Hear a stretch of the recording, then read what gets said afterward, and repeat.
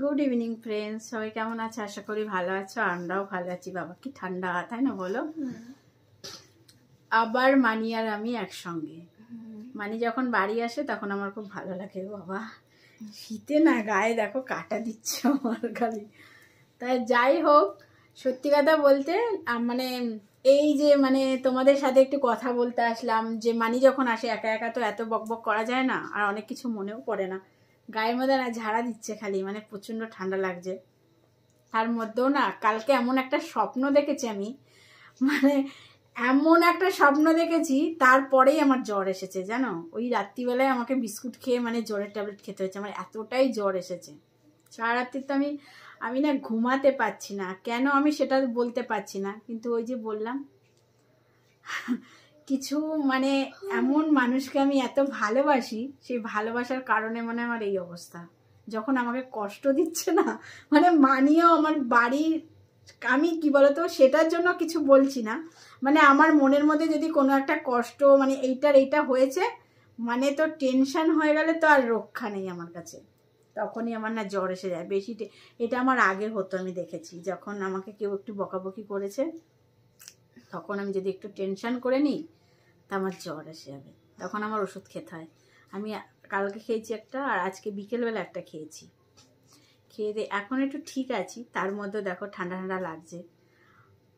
আর একটা জিনিস যে কি বলবো, ও তোমাদের কমেন্ট, কিছু কিছু কমেন্ট পড়ে না আমার সত্যি বেশি টেনশন হচ্ছে। আর এমন এমন কমেন্ট করছো যে সেই কমেন্টগুলো আমাকে ভাবাচ্ছে, ভাবানোর পরে গায়ে জ্বর এসে গেছে। এমনিতে মাথায় টেনশন আছেই, মানে সামনে মাধ্যমিক আছে, এটা নিয়ে আমি খুবই টেনশনে আছি। কি হবে না হবে তার ঠিক নেই। ওকে তো আমি বলছি না, তোমরাও অনেকবার করে বলেছো, কিন্তু কিছু কিছু মানুষ আছে না এমন এমন কমেন্ট করছে না, সেই কমেন্টগুলো নিজেকে মনে হচ্ছে অনেক তাই মানি বললো, মা চলো আমরা একটুখানি যাই। কোথায়? এই যে মানি বাইরে গেছিলো, একটু ফুচকা টুচকা খেয়ে আসলো, তাই বাজার থেকে আসলাম। মানি একটা ব্যাগ কিনেছে, সেটা পরে দেখে নেবা তোমরা, ঠিক আছে? ও যখন বাড়ি যাবে। ও আবার ওর পিসি বাড়ি গেল, পিসি বাড়ি গিয়ে দুধ নিয়ে আসলাম। তা বললো যে মানে কালকে বাড়ি চলে যাবে। তখন বললো যে ওর বৌদি বললো, তাই না, বাড়ি যাবি কেন, এটাই তো তোর বাড়ি।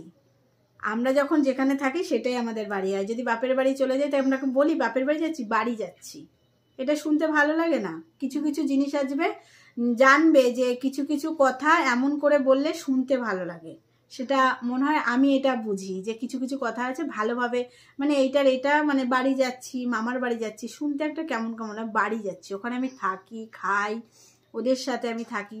কেন ওটা আমার মামার বাড়ি হবে? ওটা আমারও তো বাড়ি, আমি তো ওই বাড়ির একটা মেয়ে। কেন কেউ তো আর পর করে দেখে না, ভালো তো বাসে সবাই, সবাই ভালোবাসে। ওর ছোট মামি তো ওকে খুবই ভালোবাসে। বাড়ি না থাকলে ফোন করে, কোয়েল তুই নেই, কেমন ফাঁকা ফাঁকা লাগছে। কি বলতো, যখন একটা মানুষ বাড়ি থাকে তখন দেখবে বাড়িটা ভরাট থাকে, যখন চলে আসে তখন আমি গেলেও বলবে দিদিভাই তুমি থাকো। কিছু কিছু সময় আছে না আমার জন্য কেমন কেমন লাগে, বেশি দিন থাকতে কোথাও ভালো লাগে না। মানে নিজের বাড়ি, ওই যে কথায় আছে নিজের বাড়ি, সবারই মানে একটা নিজের বাড়ি চাই এই পৃথিবীতে। সেখানে একটা শান্তির জায়গা আছে, তাই না বলো? আর আমি একা থেকে থেকে খুবই মানে আমার কোনো কষ্ট হয় না। তাই মানি বললো চলো একটুখানি, সবাই কমেন্ট করছে। কেউ একজন একটা কমেন্ট করেছে সকালে, আমি দেখলাম যে কি মানে ওটা সকালে, হ্যাঁ কি একটা ভাপার না কি জানি বলেছিল। হ্যাঁ ওটা কি বুঝতে পারলাম না গো, ওটা দিয়ে কি করে আমি জানি না। তোমরা ভালো করে কমেন্টে বলো যে এইটার এইটা করে, ওটার ওটা করে। আমি না ওইটার কমেন্টটা একদম বুঝতে পারলাম না, তোমরা ওটা কি লিখেছো। কি ভাপার কিনে নিয়ে না কেটে নিয়ে বলেছি। আর মানি এখানে এসেছিল, আমি ওকে না শাড়ি পরেছিলাম, বলেছে তোমাকে কবে থেকে বলছি একটা ভাপার কিনে নাও। কোথায় ভাব দেবে? 300 টাকা দাম, অনলাইনে পাবে। ওটা কি আমি তো জানি না, ওর জন্য তাই বললাম যে দিদি ভাই হোক, দিদি ভাই না দাদা ভাই, কি লিখেছে মানে দিদি ভাই পায়েল ভালো। হ্যাঁ যে লিখেছো সে একটু অন্তত বলে দিও ওটা কি, ওটা আমি জানি না। আর মানি এখানে আসলে তখন আমি মানিকে খুব সুন্দর সুন্দর করে ভাবি, বলি, ওকে তো অনেক বলেছি। আগের দিন তো তোমরা ভিডিওতে দেখেছো যে কতটা শাড়ি বের করে ফেলেছে, মানে একটার পর একটা শাড়ি বের করতে আছে, এটা পরবো ওটা পরবো সেটা পরবো। আদৌ লাস্ট পর্যন্ত গিয়ে একটা শাড়ি, মানে আমার যেটা পছন্দ ওরও সেটাই পছন্দ। মানে ওই শাড়িটা আমার সত্যি অনেক ফেভারিট, কালারটা দারুণ। আর তোমরা বলেছো না টিয়া কালারটা আমার ফেভারিট হওয়া দরকার, ওই গ্রিন কালার শাড়িটা আমার খুব ভালো লেগেছে। সত্যি কথা বলতে ওই কালারটা আমার খুব পছন্দ, ওটা 8 বছর পুজোতে নেওয়া। তারপর ওর জন্য দেখছো কেমন বদমাইশ, আমি বলবো আরো শুনবে।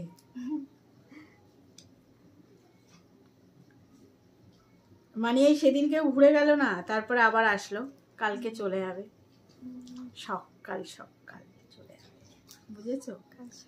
সকালে ওর উঠতে কিন্তু প্রচুর কষ্ট হবে।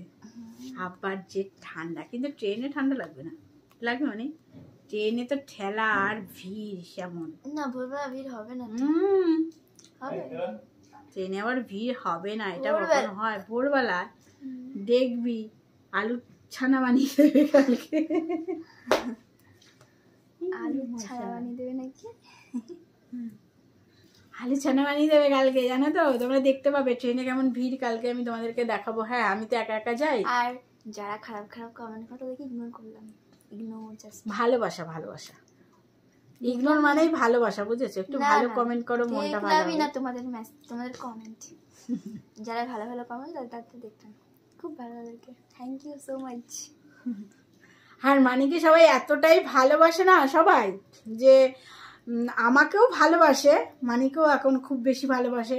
আমি বলে কেউ আবার বলো না যে আমি হিংসা করছি, আমার মেয়েকে ভালোবাসে, সেটা আমি অনেক খুশি যে আমার মানে আমার অবর্তমানে ওকে ভালোবাসাটাই উচিত, কি বলো?